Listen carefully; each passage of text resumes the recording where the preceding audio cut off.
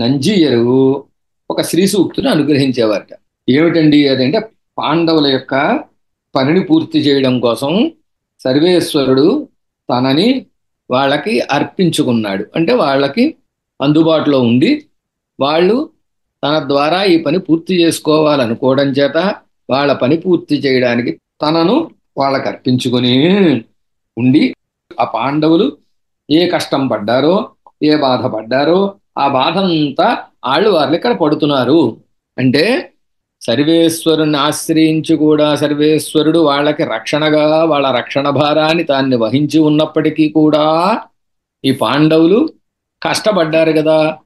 అలాగే ఆళ్ళవార్లు సర్వేశ్వరుని ఆశ్రయించి కూడా సర్వేశ్వరుడి సన్నిధిలో శరణాగతి చేసి కూడా 4 సార్లు ఆ శరణాగతి ఫలించకపోవడం చేత వీరు కూడా దుఃఖపడుతున్నారు.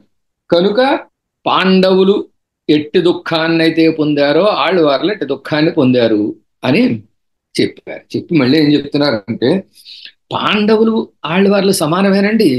పాండవులకు వచ్చిన దుఃఖం ఆళ్ళవార్లకు వచ్చిన దుఃఖం రెండు సమానమేనా అంటే దాన్ని వివరిస్తున్నారన్నమాట. పాండవులు ఒక ఆభాసమైనటువంటి ధర్మాన్ని పెట్టుకుని ఉండడం చేత బాధపడుతున్నారు. ఏమిటి ఆభాసమైన ధర్మము అంటే, జూదంలో ఓడిపోయాం గనక దుర్యోధనుడికి మనం దాసులము, దుర్యోధనుడు చెప్పినట్టుగా 14 సంవత్సరాలు అరణ్యవాసం అజ్ఞాతవాసం ఇవి చెయ్యాలి అని ఒక ధర్మాన్ని, ఆభాసమైన ధర్మం, ధర్మం ఏమిటి? పరమాత్మ. ఆ ఆభాస ధర్మాన్ని పెట్టుకుని వాళ్ళు ఉన్నారు గనక బాధపడ్డారు. కానీ వీరికంటే ఆళ్ళవార్లకు అలాంటి ధర్మాభాసం ఏది లేనే లేదు కదా.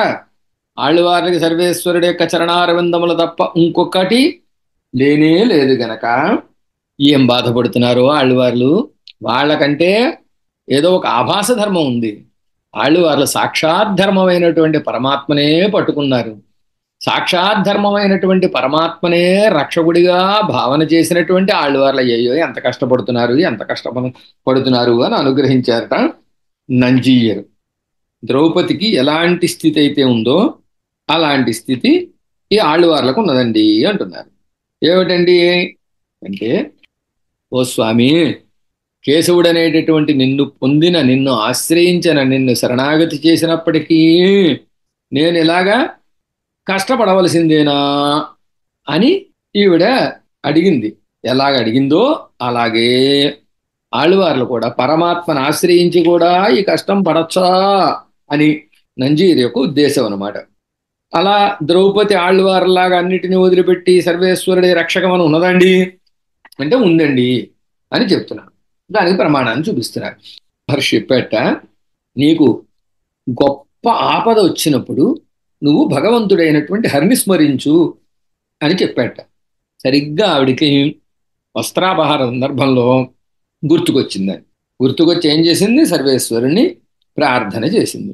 ద్రౌపదికి వచ్చిన ఆపద ఎలాంటిది?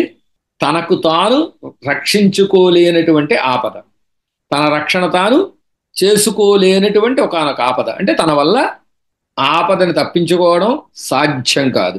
పోనీ సాధ్యం కాకపోతే 5 ఉన్నారు కదండి భర్తలు, గుండ్రాయిల్లా ఉన్నారు ఒక్కొక్కడు. అలాంటి 5 ఉన్నారంటే ఆ 5 వల్ల కూడా తప్పించడానికి సాధ్యం కాని ఆపద. ఎందుకు సాధ్యం కాని ఆపద అంటే, వాళ్ళు జోదంలో ఓడిపోయి తామందరూ ధర్మరాజు తాను ఓడిపోవడమే కాకుండా తమ్ముళ్ళందరినీ ఓడించడమే కాకుండా భార్యను కూడా పణంగా పెట్టి ఓడిపోయాడు. అట్టి దశలో, ఎవ్వరూ రక్షకులు కానటువంటి దశలో పరమాత్మను తలిచిందిట. భగవాన్ హరిహి అన్నారు కదా. భగవంతుడు అంటే ఎవడు? ఆ మాట చెప్పిన వశిష్ఠ మహర్షి యొక్క ఉద్దేశం ఏమిటంటే, పూర్ణులు కదా, అపూర్ణుల యొక్క కార్యం చేసేది. అంటే లేనివాడి లోటు తీర్చేది ఎవరు తీర్చగలుగుతాడు? ఇంకో లేనివాడి దగ్గరికి వెళ్తే తీర్చగలడా? అడుక్కు తినేవాడు బుడబొక్కలాడి దగ్గరికి వెళ్ళాడని సామెత. వీడే బుడబొక్కలాడి డక్కా వాయించుకుంటూ తిరుగుతూ వాళ్ళు వీళ్ళు 5-10 ఇస్తే బ్రతికేవాడు వాడు. వాడి దగ్గరికి వెళ్ళి అడుక్కునేవాడు వాడిని అడిగితే వాడేమిస్తాడు? కనుక ఎవరిని ఆశ్రయించాలో వారిని ఆశ్రయించాలి. అలా ఆశ్రయింపబడినటువంటి పరమాత్మ ఎలాంటి వాడై ఉండాలి? పూర్ణుడై ఉండాలి. అలాంటి పూర్ణుడైనటువంటి జ్ఞానశక్తి బలైశ్వర్య వీర్య తేజాంసి షడ్గుణాహ అని అలాంటి 6 గుణములు పరిపూర్ణంగా కలిగినటువంటి వాడైనటువంటి నిండు కుండలాంటి పరమాత్మ దగ్గరికి వెళ్ళి ఆయన ఆశ్రయిస్తే పని జరుగుతుంది అని వశిష్ఠ మహర్షి యొక్క ఉద్దేశం. అందుచేత వీడికి ఏం చెప్పాడు? నిన్ను నువ్వు రక్షించుకోలేని దశలో, ఇంకెవ్వరూ నిన్ను రక్షించలేని దశలో రక్షించేవాడు ఒకే ఒక్కడమ్మా, ఆయనే హరి. హరి అని ఎందుకన్నారంటే హరించువాడు. దేన్ని హరించేవాడు? హరిర్హరతి పాపాని. ఏం హరిస్తాడు? మనకుండే కష్టాలన్నిటినీ హరించేవాడు గనక హరినామాన్ని స్మరించు. ఆ పరమాత్మ అలాంటి ఆయన్ని ఆశ్రయిస్తే పని జరగకుండా ఉంటుందా? జరిగే తీరుతుంది. కనుక జ్ఞానము మొదలైనటువంటి గుణములు వాటి పూర్తిలో అంటే పరిపూర్ణంగా జ్ఞానము, పరిపూర్ణంగా శక్తి, పరిపూర్ణంగా బలం, పరిపూర్ణంగా ఐశ్వర్యం, పరిపూర్ణంగా వీర్యం, పరిపూర్ణంగా తేజస్సు, ఇవన్నీ ఆ పరమాత్మకు ఉన్నాయిట.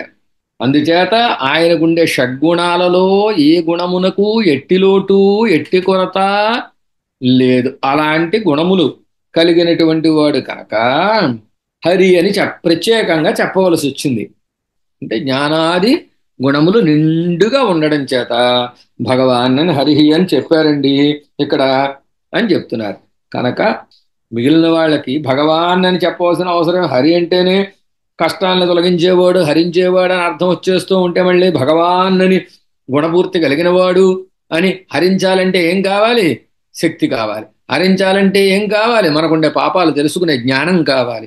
అలా మన పాపాలు తెలుసుకోవడానికి తగినటువంటి జ్ఞానము, ఆ తెలుసుకున్న దాన్ని నెరవేర్చడానికి తగినటువంటి శక్తి, ఈ రెండు కలిగినటువంటి వాడు, ఈ రెండు పరిపూర్ణంగా కలిగినటువంటి వాడు, ఈ రెండు నిండుగా కలిగినటువంటి వాడు అని దానికి అనుగుణమైనటువంటి బల, ఐశ్వర్య, వీర్య, తేజస్సులు ఏవైతే ఉన్నాయో ఇవన్నీ బాగా కలిగినటువంటి వాడు అనేటటువంటి ఒక విషయం చెప్పడం కోసం భగవాన్ అని చెప్పారట.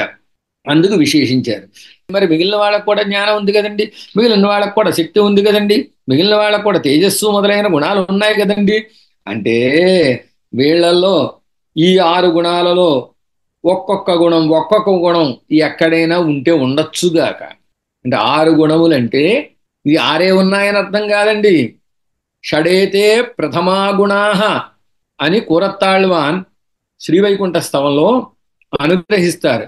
పరమాత్మ యొక్క అనంత కళ్యాణ గుణములకి మొట్టమొదటికి మూలమైనటువంటి వాటన్నిటికీ కారణమైనటువంటి కళ్యాణ గుణము 6 అని ఈ 6 మిగిలిన గుణాలకి జన్మస్థలంగా చెప్పడం చేత ఈ 6 ఉంటే ఆయన సమస్త కళ్యాణ గుణాత్మకుడు అవుతాడు. అందుచేత భగవాన్ అని అన్నారండి. మిగిలిన వాళ్ళ దగ్గర ఉంటాయా? ఉంటే ఉండొచ్చు. జ్ఞానం ఉండొచ్చు ఒకటి దగ్గర, శక్తి ఉండొచ్చు ఒకటి దగ్గర, బలం ఉండొచ్చు ఒకటి దగ్గర, వీర్యం ఉండొచ్చు ఒకటి దగ్గర, తేజస్సు ఉండొచ్చు ఒకటి దగ్గర. కానీ ఆ ఉన్నది ఎలా ఉంటుంది? పరమాత్మకు ఉన్నట్టుగా పరిపూర్ణంగా ఉండదు. పరమాత్మకుండే జ్ఞానములో లేశమాత్రంగా, బిందు మాత్రంగా ఉంటుంది. సముద్రంలో ఒక బిందువు జలం ఎలా అయితే అసలు లెక్కలోకే రాదో అలాగే మిగిలిన వాళ్ళకుండే జ్ఞానం కానీ, శక్తి కానీ, బలం కానీ, తేజస్సు కానీ, వీర్యం కానీ, ఐశ్వర్యం కానీ పరమాత్మతో పోలిస్తే బిందువులు. పరమాత్మకు అలా కాదండి. మిగిలిన వాళ్ళకి గుణాలు ఉన్నప్పటికీ ఆ గుణములు కూడా ఎప్పుడూ ఉండవు. ఒక్కొక్క సమయంలో ప్రకాశిస్తాయి, ఒక్కొక్క సమయంలో మరుగున పడిపోతాయి. అంటే ఒక్కొక్క సమయంలో ప్రకాశించడం అంటే ఏంటంటే చిన్నతనంలో ఏం తెలియదు, అంతా చదువుకున్నాడు, అద్భుతమైన జ్ఞానాన్ని సంపాదించాడు, ఉభయ వేదాంతాల్లో అద్భుతమైనటువంటి కృషిని చేసి జ్ఞానాన్ని సంపాదించారు. కానీ 99 ఏళ్ళు వచ్చి రేపో మాపో టికెట్ కొట్టేసేలా ఉంటే మీరు బలానా సూత్రం చెప్పండి, అంతరాధికరణం చెప్పండి అంటే ఏం చెప్తాడు? తిరునెడందానహంలో బాసరం చెప్పండి అంటే ఏం చెప్తారు? ఉండదు. కొంతకాలమే ఉంటుంది మిగిలిన వాళ్ళకి. అలాగే దేవతలకు కూడా ఎందరో సంసారలే కదా, అందుకు కొంతకాలమే ఉంటుంది. ఏదో పరమాత్మ యొక్క కళ్యాణ గుణాల్లో ఏదో ఒకటో గుణాలు ఉంటాయి. అవి కూడా చాలా చాలా చాలా చాలా పరిమితంగా బిందుమాత్రంగా ఉంటాయి. కానీ పరమాత్మకు అలా కాదు. పరమాత్మకి ఇది సహజం. ఆయన తెచ్చిపెట్టుకున్నది కాదు, నేర్చుకుంటే వచ్చింది కాదు, తర్వాత వచ్చింది కాదు. ఆయనకి సహజంగానే అది వచ్చిందండి అనేటటువంటి విషయాన్ని చెబుతున్నారన్నమాట. కనుక హరి అంటే మన ఆటంకాలన్నిటినీ హరించేవాడు గనక అలాంటి పరమాత్మను ఆశ్రయించి కూడా పరమాత్మ సేవకి, ప్రత్యక్షమైన సేవకి కలిగే ఆటంకాలను తొలగించుకోలేనటువంటి ఒకానొక స్థితిలో ఆళ్ళవార్లు ఉన్నారే. అయ్యో అయ్యో అని నంజీయర్ యొక్క భావన అన్నమాట.